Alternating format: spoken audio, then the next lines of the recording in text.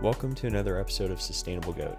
My name is Steve Cassingham, and I interview the greatest of all time in sustainability from the past, present, and into the future. In this episode, I talk with Iona Ratcliffe from Ocean Bottle. Ocean Bottle is an incredible company making a water bottle out of recycled ocean plastic. And this is really cool because I'm sure many of you have a lot of water bottles that you've collected over the years. This one is not only made to last, but also creates an impact. So they are doing some incredible work in this space, protecting our oceans and making a really cool product along the way. So let's hop into the conversation. I'm really pumped to talk about everything that is Ocean Bottle and learn a bit more about you. I think just as a culture, everybody has water bottles mostly these days, and I think there's a lot of choices. And obviously, I think Ocean Bottle's one of those ones that people should go with, mainly because of your mission. But I'd love to dive in with just kind of a little bit about who you are and what's your background and what kind of brought you to Ocean Bottle in the first place. Yeah, well, so I suppose my background has been always in advertising, and I used to do advertising and marketing strategy for some of the big behemoths that are out there. I did some stuff for Google. I worked a bit with Nike, but for the past sort of 5 years or so, towards the end of that career, I had this itch inside me, and it was a restless itch that just kept itching. And it was basically just saying to me that I needed to do something more purposeful and to try and use all the learnings that I had made around kind of how people interact with brands and how they consume and how they kind of behave and interact with companies and organizations. And I wanted to use that for good, because I really do believe that there is a role for kind of capitalism in climate change. And I had that in the back of my head. And then I used to work late on pitches. I'm sure you know what it's like. Definitely. Definitely know what it's like. And I just find myself getting distracted and kind of scouring the internet looking for these brands that I genuinely believed kind of balanced purpose with profit, or sometimes even purpose over profit.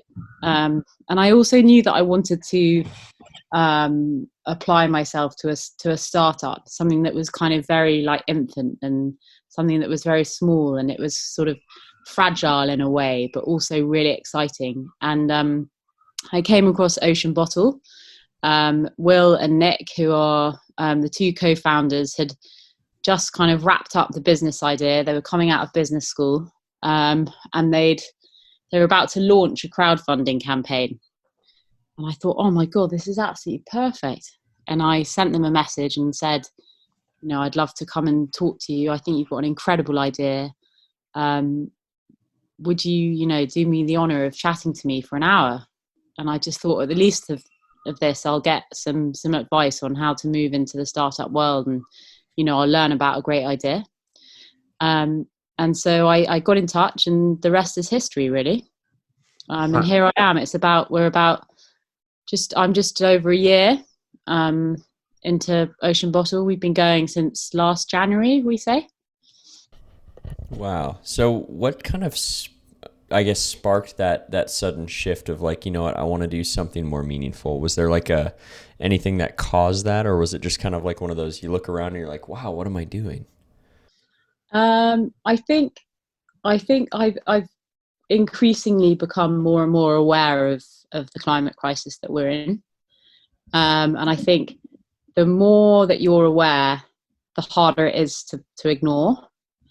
But I think that so many things get in the way of you discovering about it. And I think sometimes the language that's around climate change can be very kind of stuffy and boring, and all these other things that are closer to you in life just get in the way. And I really wanted to try and like crack that. Like, as a marketing person, I was like, that is fundamentally, this whole thing is about just educating and bringing people in on this journey, and doing it in a kind of way that is unpreachy and it's accessible.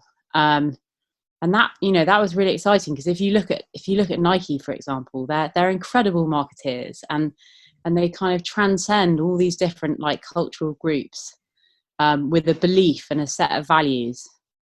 And I just thought, God, imagine if we could do that for sustainable like businesses. And I suppose it was exciting. And then also there was just the kind of fact that, I was waking up every day and just thinking, oh, just selling shit to people that they don't need. and and I wanted to, I wanted to sleep better at night, put it that way. Yeah, yeah, I totally understand that. I mean, that's one of the greatest challenges in marketing is to, find that calling of, what keeps those creative ideas going and what's meaningful. Because at the end of the day, a good marketing plan and a really good ad, I mean, that's all done by passionate people. And you got to be passionate about it for sure. And what did you kind of see with the sustainability industry? What did you kind of see were like holes or opportunities to kind of just do things differently? Because I think as an industry, it's, a lot of people just are like, oh, it's the effort of solar and to maybe use less plastic or whatever that is. But, I think there's a huge hurdle in the advertising side. And so what did you see when you started kind of dipping your toe into the water of the sustainability side of advertising? Yeah, so it's a really interesting question. I suppose that even though the topics and the things that advertising and these brands were kind of talking about were incredibly emotive in one sense, because they were talking about how dire the situation is that we're facing, or how societies, or how indigenous communities, or how cultures or forests or oceans are under threat, and how drastic that is. But I didn't necessarily feel like I was connecting on an emotional level. And I felt as though that there was a sense of kind of emotion that was potentially not as strong as it could be, and that other brands in other worlds had done well. And I also think that if you're going to try and connect with people, you need to persuade them, and you need to do something that like makes them believe in what you're doing and it is inspiring. And that's comes from a place of, one, being kind of truthful about what you do, and being true to your mission and your product. But it also comes in like beautiful storytelling and thoughtful ideas, and clever and brilliant creative, but also beautifully designed things. And I think, I hope the Ocean Bottle is a beautifully designed thing. So, we obviously always talk about, and we exist because of our mission, which is to rid the world of ocean plastic. And with the sale of every bottle, we collect 1,000 plastic bottles. But it was really important that the bottle really delivered on those kind of like key kind of distinctive, beautiful features, and also that it was really useful. Like, I think you can't just go putting things out there and expect them to just fly. They really need to kind of match the rest of the market, in terms of kind of credentials, I think. And I think, there is a bit of a perception, and I think it's certainly in the UK we're kind of like washing ourselves of it. But there has been a perception before of kind of sustainable products as quite sort of like stuffy and earthy and a bit hippie, and there's absolutely nothing wrong with hippie at all. I'd probably like to think of myself as a hippie, but I think there was just this perception of like products within that space as not necessarily being slick or sexy or aspirational. Yeah, and so from an advertising perspective, I mean, hitting the advertising world with, something emotional, I think a lot of people don't think about, especially in like the data-driven world now. You look at the data and you go, well, if we tell them this, this is the kind of response we should get. But I've always been on the side of, this is an emotional thing. Whenever you make a purchase to purchase a product, most of the time it's emotional. especially if it's outside of your basic needs, and you have to connect with it. And I'd love to hear more about kind of what you guys were thinking in terms of when you were designing the brand, the product, I mean, everything. How is it speaking to like the mission of Ocean Bottle? Because I think that's one of the biggest things that I think a lot of companies miss is they don't integrate that design that they have, and the mission that they're focused on into the product design, and that's what I'd love to hear about. So I suppose, you know, in essence, the bottles basically connect each owner and each person that has it, with this quite tangible solution to the plastic crisis, in a really intimate way.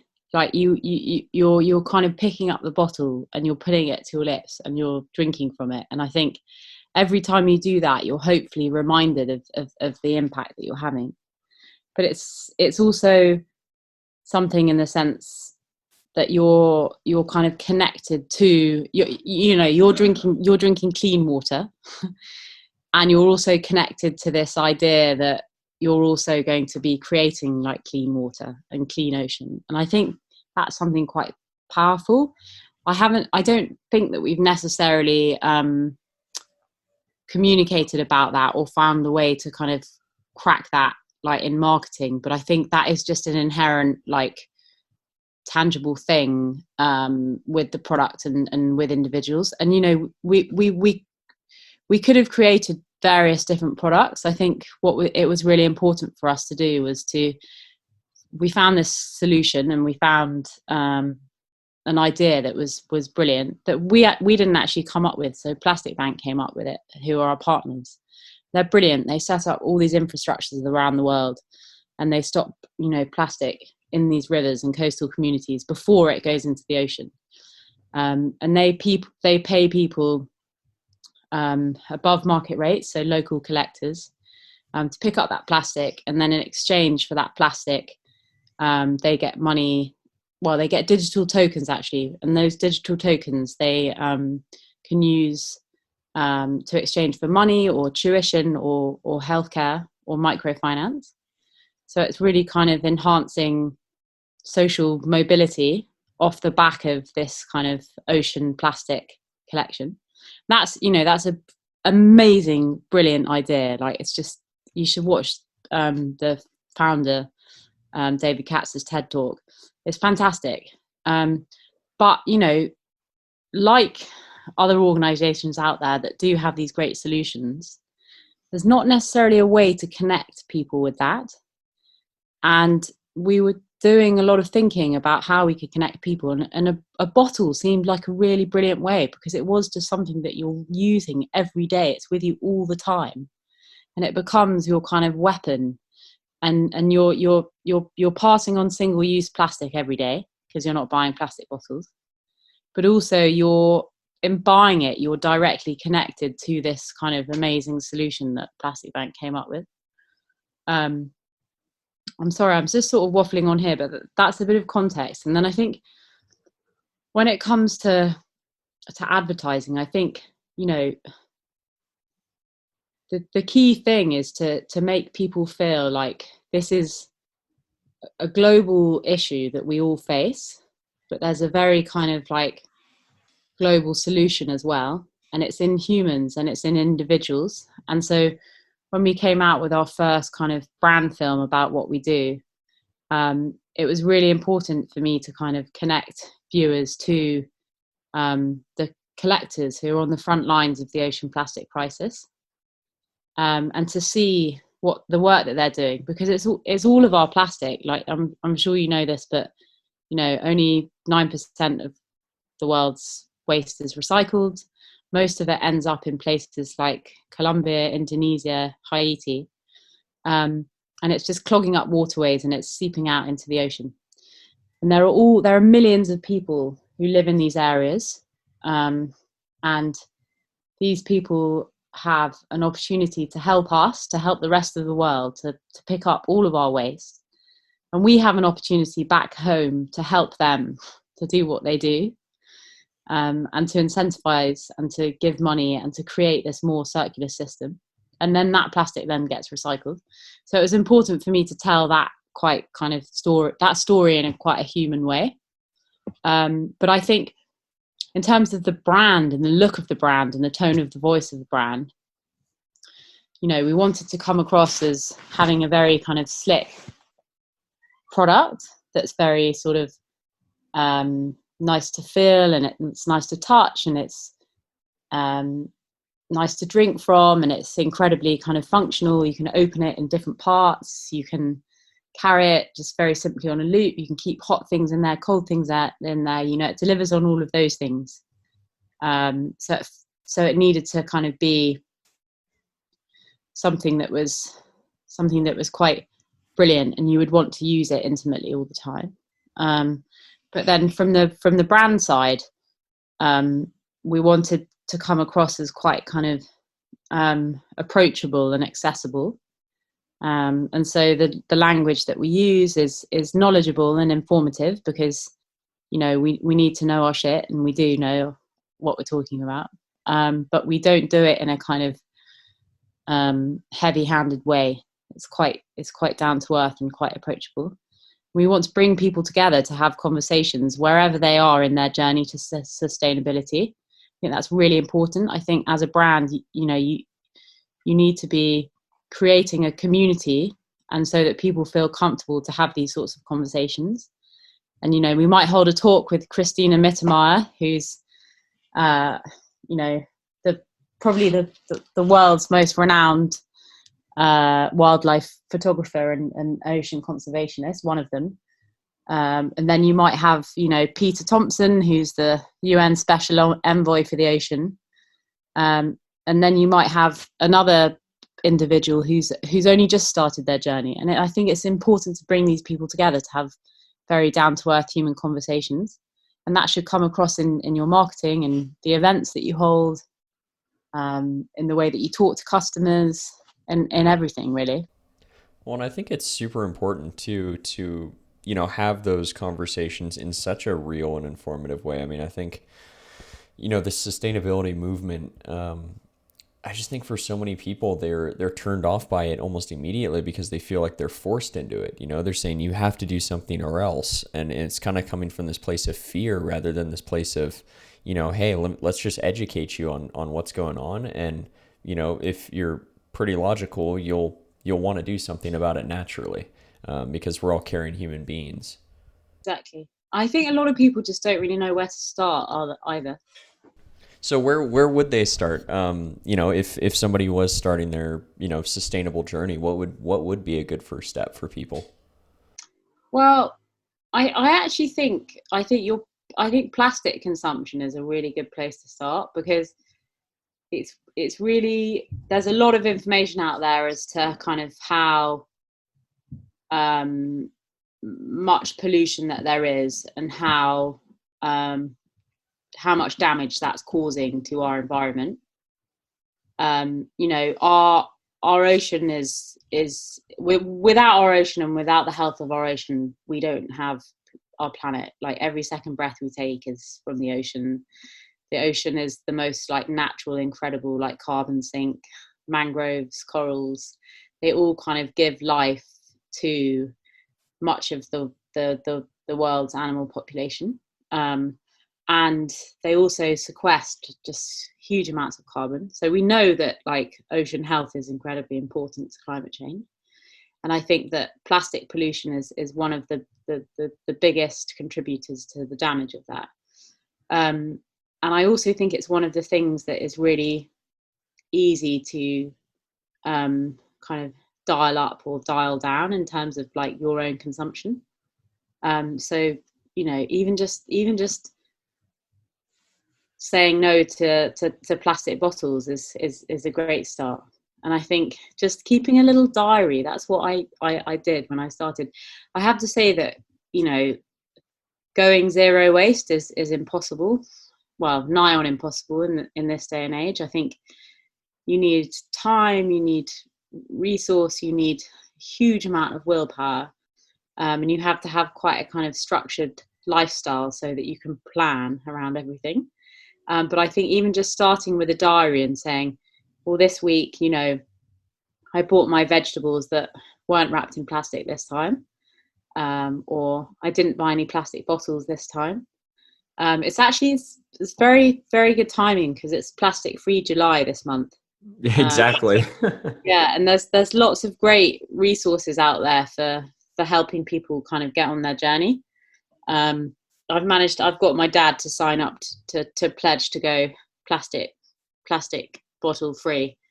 Um, so I'm really happy. That is awesome. I mean, yeah, I think a lot of people are they feel like if they want to be more sustainable, it's almost like I have to, sell everything I have, live minimally, um, in order to have an impact, because otherwise it doesn't matter. And I think that, shifting that narrative to no, like little actions actually do make a huge difference, because collectively as a world we can make a difference. I think with what's happening with everyone being in lockdown as a result of COVID-19, and we haven't been able to travel nearly as much, we haven't been able to go to the shops and buy all the things that we were buying. The ways that we were consuming have changed to a degree, and I think that a lot of people have actually you know looked inside and kind of thought, well, actually maybe I have got enough now, and maybe I am actually quite content with what I have. And I think there is a kind of philosophy of enoughness that is hopefully sort of bubbling in people. And I think that, if I think about my own kind of journey, I've definitely felt that I'm not nearly as sort of like stimulated and motivated by the online like shopping platforms that I used to be, 5 years ago. And I think that that's an insight that's probably shared with a lot of people, and specifically because of now, actually. Yeah. I mean, fashion and clothes is a really sort of easy area as well to try and kind of like do a little bit better on. It's kind of, taking out an item of your clothing and saying, or have I worn this like 5 times? Is there a reason why I haven't worn this more than 5 times? Do I really need to be buying this sort of thing?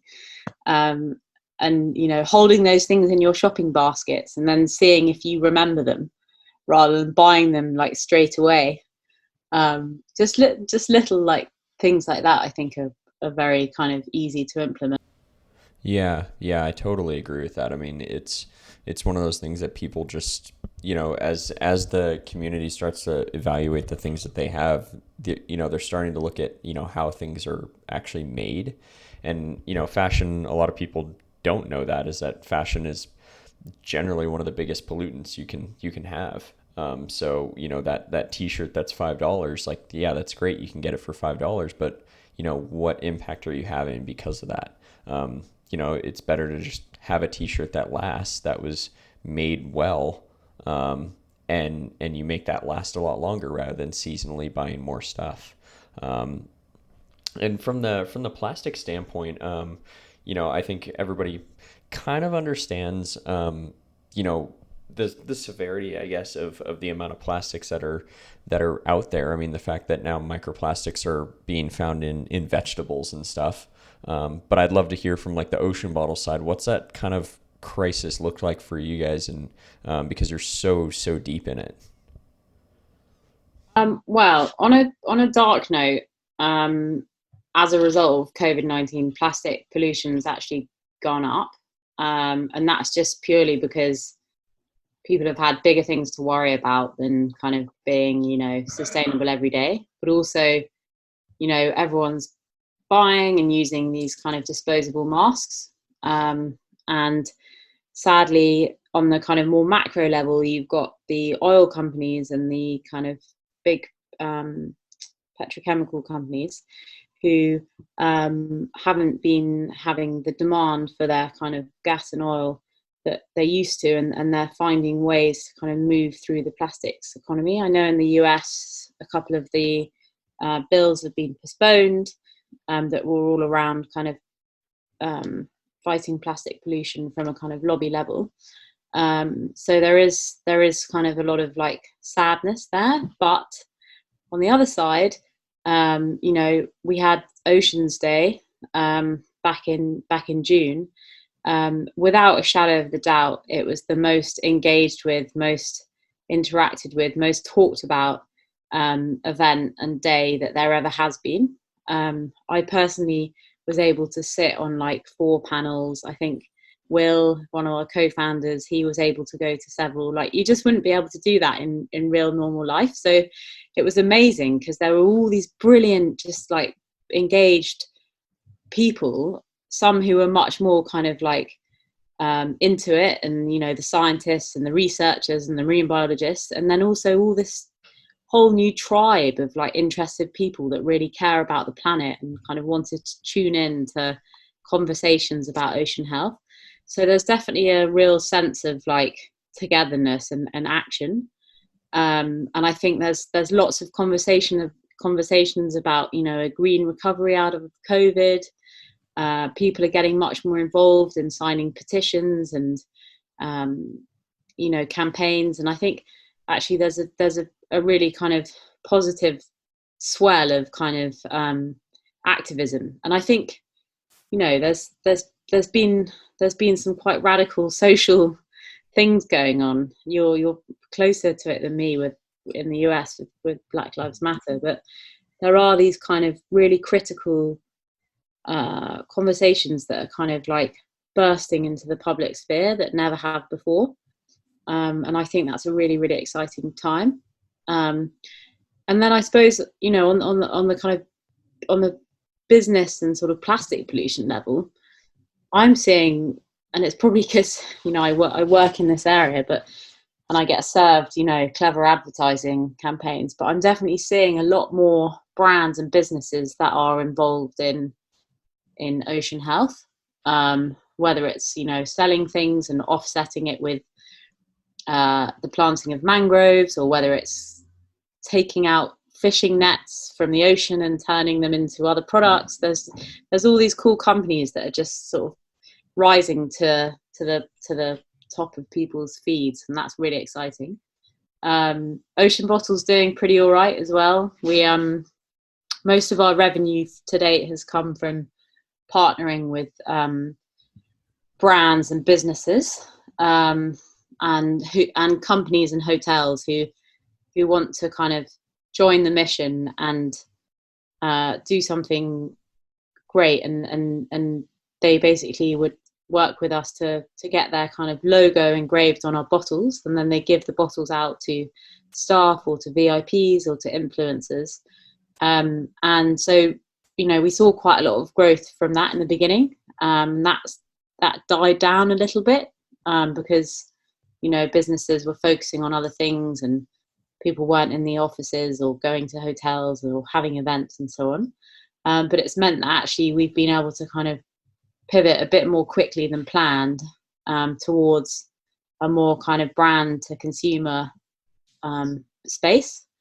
And we've been doing, that's been manifesting itself in lots of cool ways. We did our first kind of poster advertising campaign. We hosted some great events. We had hundreds of people attending them. And we've just been doing lots of more kind of tactical digital things, I suppose. And also the team's been working on stuff that they would have never have thought that they'd work on. I think had, Kat, who's this brilliant teammate who works in operations and logistics, and she was coming up with these amazing like influencer marketing strategies. So it's opened up all these opportunities that I hope it has for other businesses as well. Yeah. I mean, I think the times that we're in have honestly just challenged everybody to, not only evaluate, from like an environmental standpoint, like, the purchases that they're making, but also from a social standpoint, who are they, associated with, how can you grow a better and bigger community of people and that is more inclusive, and notice like that, everybody has different struggles throughout their lives, and you may not be able to understand another person's struggles, but you can empathize with it and actually try to understand as best you can. And I think that, these challenges that we're faced in, it kind of has forced us to reevaluate kind of everything in a lot of ways. Definitely. I mean, look at what's happening with Facebook now and all these brands boycotting Facebook. Mm-hmm. That's this is it's amazing. Like I just hope that it will last. I hope that they will stick at it, because I think it can't just be, you know, them shouting out to say this isn't enough. I think we've got to see huge dramatic changes from Facebook, or Mm-hmm. else these brands should just like withdraw their marketing spend. Maybe it's the death of Facebook marketing. I don't know.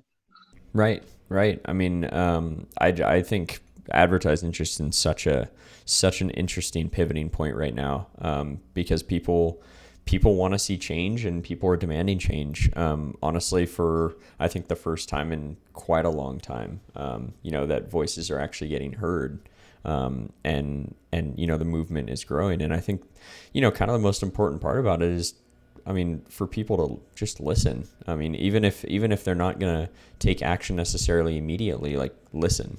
And I think that we're finding that there are ways outside of Facebook to really get that word out.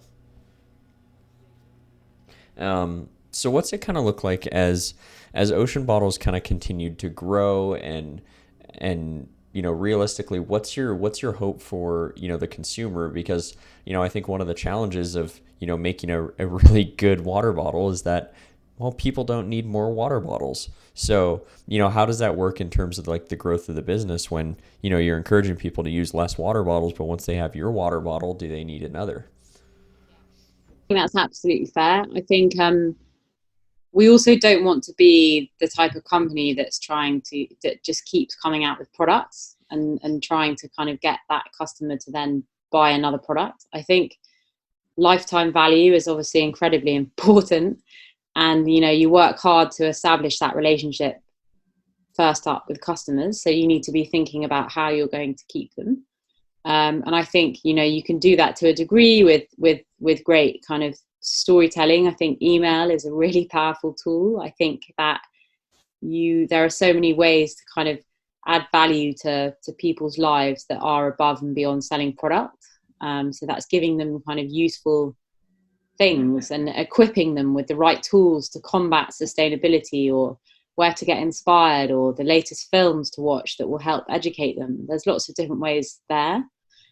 We will develop new products. I think we're looking into a slightly larger bottle that has a different kind of use case. It's better for long drives or big hikes. We're also looking into other types of reusable products, like well, I can't really say actually. And also, it's still so early, but we're looking at different other reusable products that will all connect people directly to some form of kind of ocean health solution. At the moment, plastic pollution is an imminent threat, and there's so much work to be done. So that is what we're connecting people to, but there might be other areas that we move to. But also, we've fitted the bottle with an NFC chip, and I think we've talked about this a bit before, Steve. But essentially, the NFC chip is the same technology that you might use in your phone if you have Google Pay or Apple Pay. And we want to create, with this kind of tech-enabled feature in the bottle, a way of rewarding people, so owners of the bottle, for bringing in their bottle to retailers or to gyms or to their campus library, instead of plastic.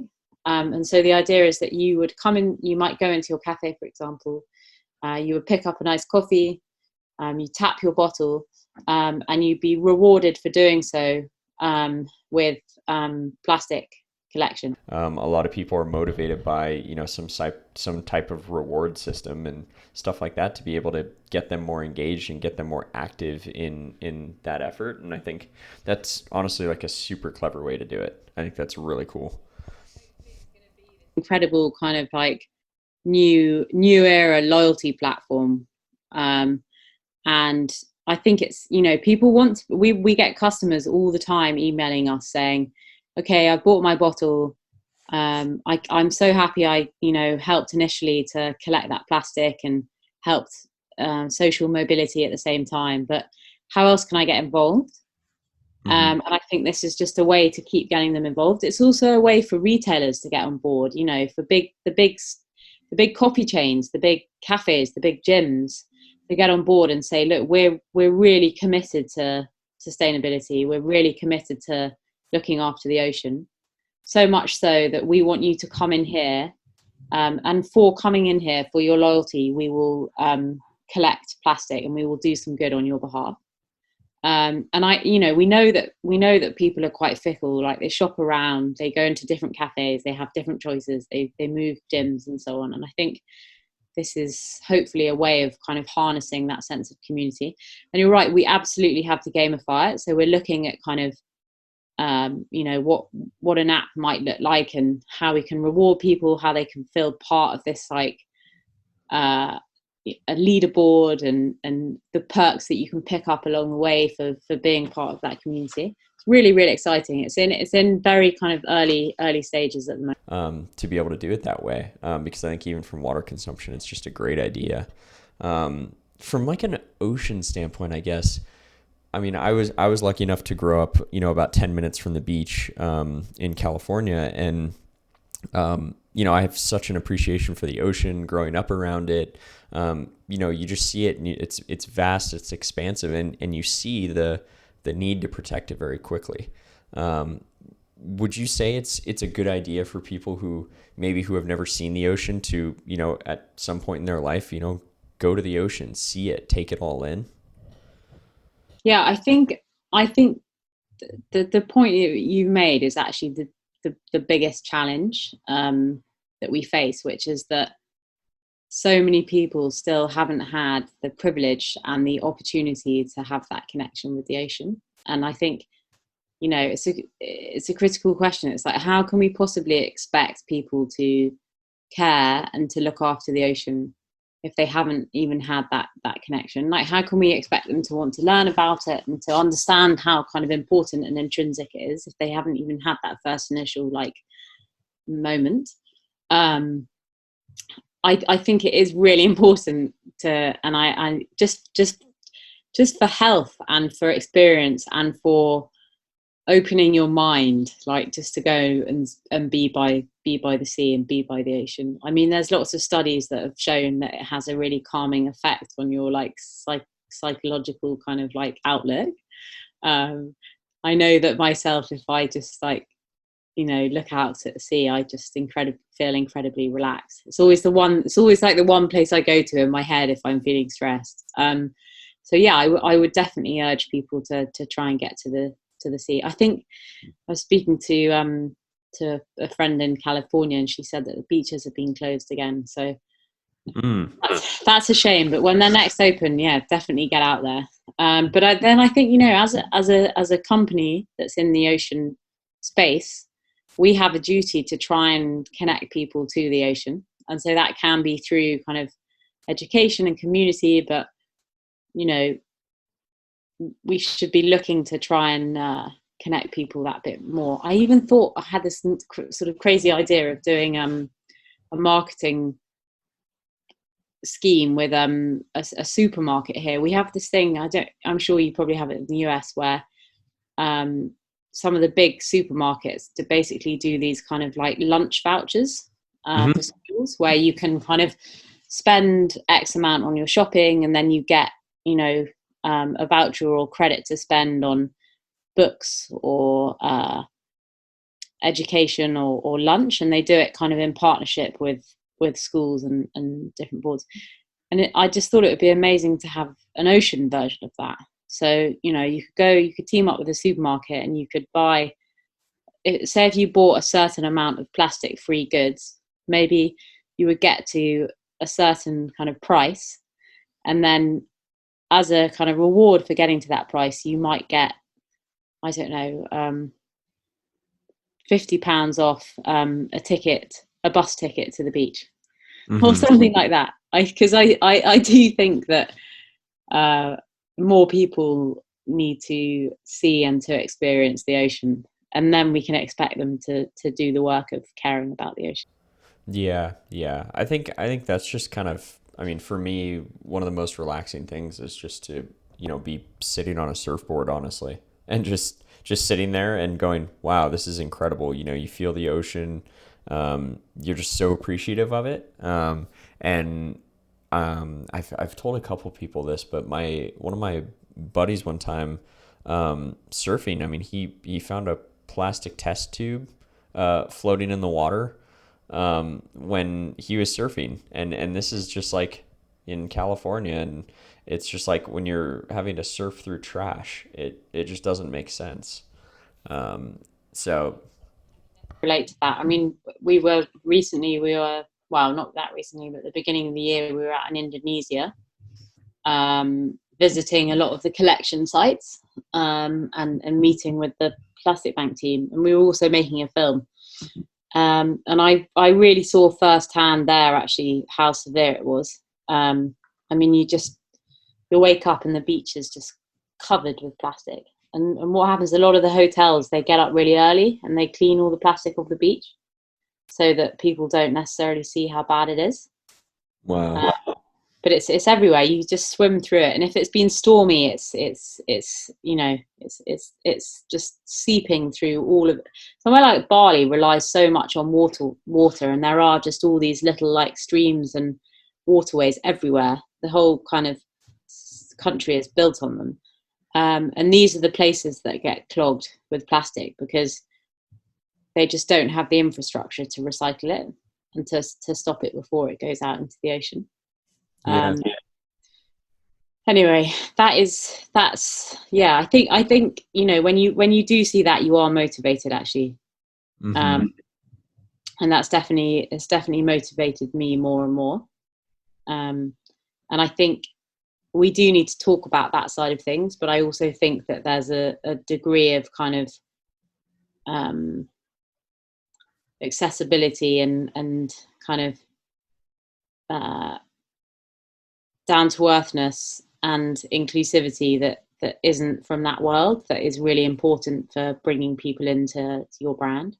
Mm-hmm. Yeah, and so I guess what is, from like an ocean bottle perspective, what is the why is that so important, just even making a water bottle purchase? Why is that important in like the bigger scope of sustainability? So people can go solar, they can live more off grid, they can maybe buy a little bit less plastic, but what is it about a water bottle that makes it so important in the bigger scope of things? Well, I think that there's literally no proof that bottled water tastes any better, is any better for you than tap water that's been, if you're lucky to live in a country like the US or like the UK where the water is sanitized and filtered. There's no proof that it's any better. Did you hear about the in New York when they did that? They did an experiment where they took tap water, New York tap water, bottled it and sold it and marketed it really well, and then surprised everybody. It's just crazy. I think even when I tell people who are so new to this world that they just can't find a reason for buying like plastic water bottles.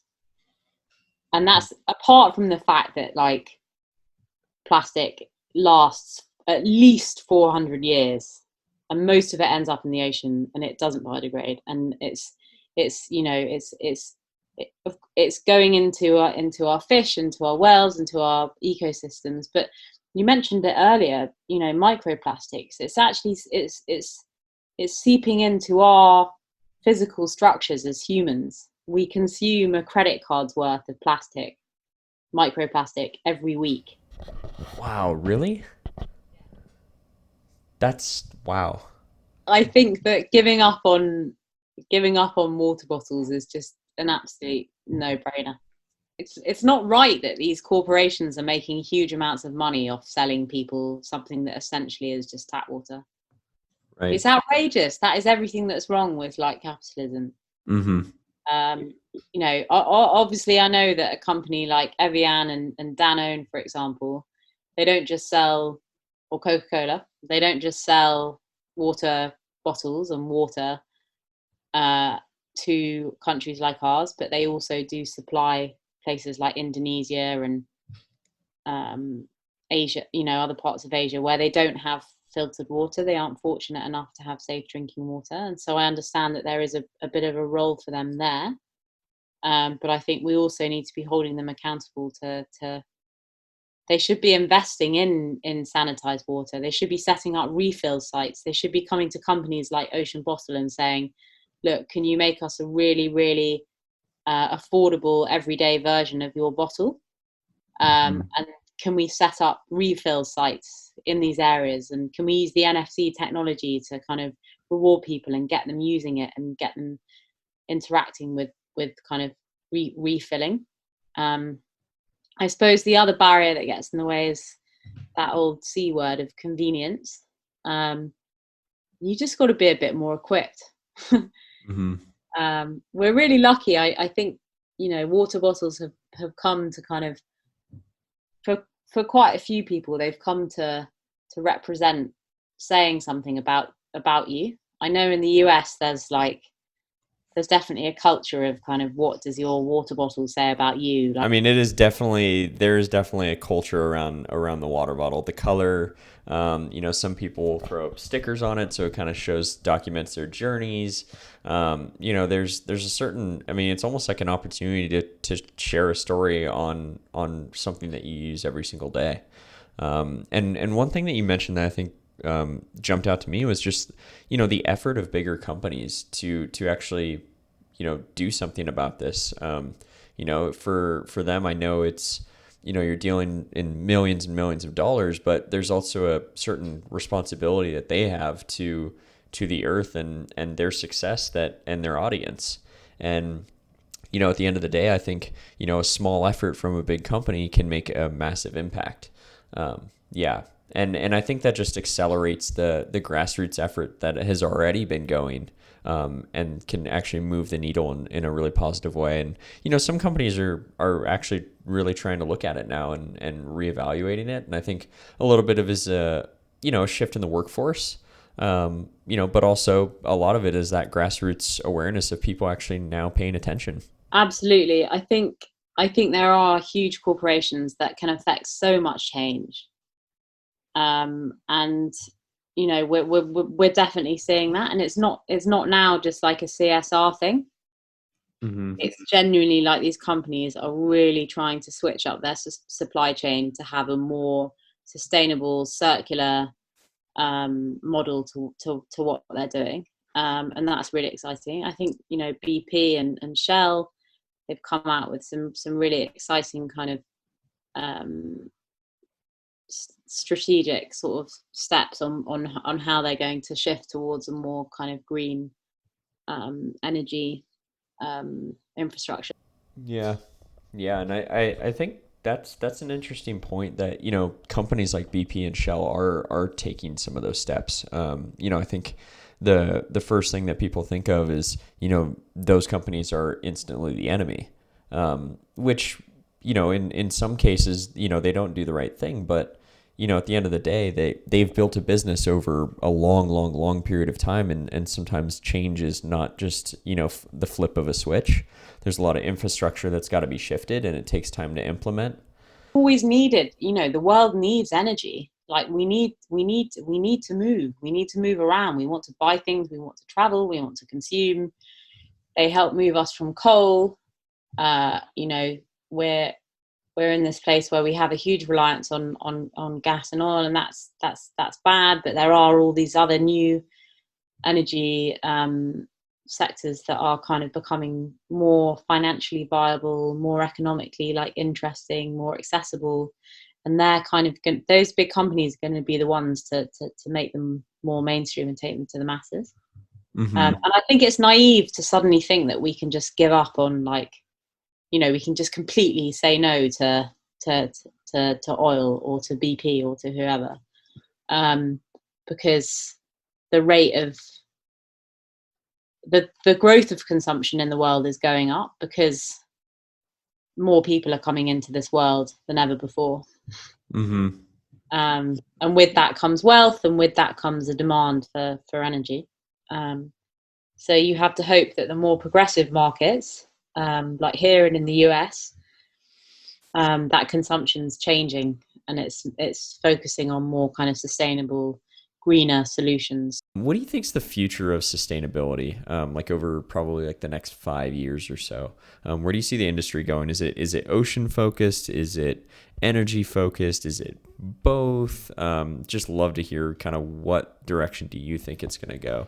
I think the biggest thing, and that everyone can get involved with, is coming up with more circular systems and circular design thinking across all parts of your business, if you're a company, that is. And then from a kind of customer point of view, I think, we will more and more be wanting to buy into brands and businesses that have really transparent supply chains and are really obvious and honest about where the kind of gaps are within that supply chain. And I think that the whole kind of area of like circular design and the circular economy is something that lots of people can get on board with. Yeah, dive in a little bit more into that because I'm not sure as everybody. I mean, it's starting to pop up in the news a little bit, but I don't think a lot of people are, well versed in what it means to actually have a circular economy or a circularly designed product. So yeah, I suppose it's basically thinking about when you make a product, when you put something into the world, how that product, whether that product is brought into the world because there's a clear need for it, but then also at the end of the life of that product, what happens to it and where does it go? And of the process to getting to that stage, to that end stage, is that process the most kind of sustainable and thoughtful when it comes to carbon emissions, production, pollution, transport, water use, ethically made, and so on, as possible. So, I mean, looking at it from the ocean bottle perspective, at the moment, not all of the parts of the bottle are made from recycled materials, and that's because we weren't actually able to crack a material that we felt would last for life and was going to be truly useful and also pass food grade standards. So that was a big shame for us, but we kind of weighed it up and we were like, well, actually, this is a product that hopefully will last a lifetime. So it felt like it was still very credible to be putting it out there. And I mean, it's probably the most progressive in the market because, as far as I'm aware, there aren't any other bottles out there that are made from recycled material at all anywhere. But I am pleased to say that the next iteration of product will have both recycled stainless steel, and also we're going to be using this bio material for the top part, this biomass material that is made from recycled materials, and it's biodegradable. So that's Very really exciting. cool. So that's on the one hand, but then it's also thinking about, is the factory where that product is made, are they the most kind of ethical, energy efficient that they can be? If they're not that energy efficient, are they offsetting all the energy that they're using? How are you kind of making them work towards a better state of play than they're in at the moment? And then it's thinking about getting that product to your customers and to the people that you want to sell it to. So obviously things like flying are, not the most sensible like carbon solutions. So you bake into your lead times extra time so that you can either ship or rail freight your product. So we do that. And then it's thinking about the afterlife of that product as well. So, if at the end of its journey, or if the owner of the bottle decides that they don't want it, how easy is it to recycle those materials? And how easy is it to put those materials back into the world for good rather than to pollute the world? And so with our bottle, you can break it down. You can recycle all the parts. You could recycle them quite easily, at your local recycling centre, or even in your recycling bin. Depends what country you're in. But we're actually working quite hard to create a way for people to very easily send their bottle in to just be upcycled or upgraded. But we want to do it for the rest of the category as well. Because I think at the moment, we've definitely kind of evolved in terms of how long bottles have been in the market and how long they've sat on people's shelves. I think we probably all own a few like reusable cups or reusable bottles that don't really get used now because we've either found something better or we've just gone off the existing one, or it developed this weird smell because we put some weird like drink in there. Lots of different reasons, and that really pains us. So I suppose because we're thinking about circular systems, and because we're thinking about a circular economy where you're literally following a loop. So rather than a linear process and a linear journey of make product, end life, off it goes, you're actually thinking make product, end life, how does it go back into making that product? And I think, we want to set up some form of like allegiance or alliance with other companies where people can send in their old bottles and they'll get sort of like recycled. God knows how it will work, and it's probably quite an ambitious thing to do, but I think we really want to try and at least see if it can be something that could work. Yeah, I mean, absolutely. And sometimes when you're running a business, it's hard to actually be as sustainable as possible, just because of either the energy that it takes to create the product or the quality that is needed for that product. Because sometimes recycled ocean plastic or something like that maybe isn't the need that you have for that product, but you're trying to be as conscious as possible. And I think when you mention offsets, that's a huge ability for a lot of companies. Some purchase carbon offsets, some invest in tree planting companies. You guys remove 1,000 bottles for every bottle that's bought. I mean, I think there's a lot of ways for people to offset their footprint. And I think, if you're running a business or purchasing products, I think that's an important thing to look at is, not necessarily only if this is sustainably made, but what are they doing on the other side of things? Yeah, I think it's quite easy to go carbon neutral or carbon negative even these days. And I think, uh, forests and mangroves in particular, like very, very, very big fan of mangrove forests. They really do sequester huge amounts of carbon. And we need all this rich green forestry around the world. And you're right, there's so many projects now and there's so many ways to connect to that, and lots of opportunities for companies to connect to that. Well, very cool. And what would be, kind of the best way for people to engage with Ocean Bottle, either purchase it, learn more about it? Sign up to the newsletter. Just start engaging with us. Tell us what you think. We're very lucky. We had a good amount of traction with a load of people in the kind of early stages of when we launched via the crowdfunding platform that we did. And as a result, we've just got this incredible community of really engaged people who give us just brilliant feedback, and they want to help us grow, and they tell us what we're doing wrong and what we could do better and what's brilliant and what's not, and help with suggestions. And I think it would be amazing if any of the listeners here today wanted to be involved in that too, because I know that we would benefit from it.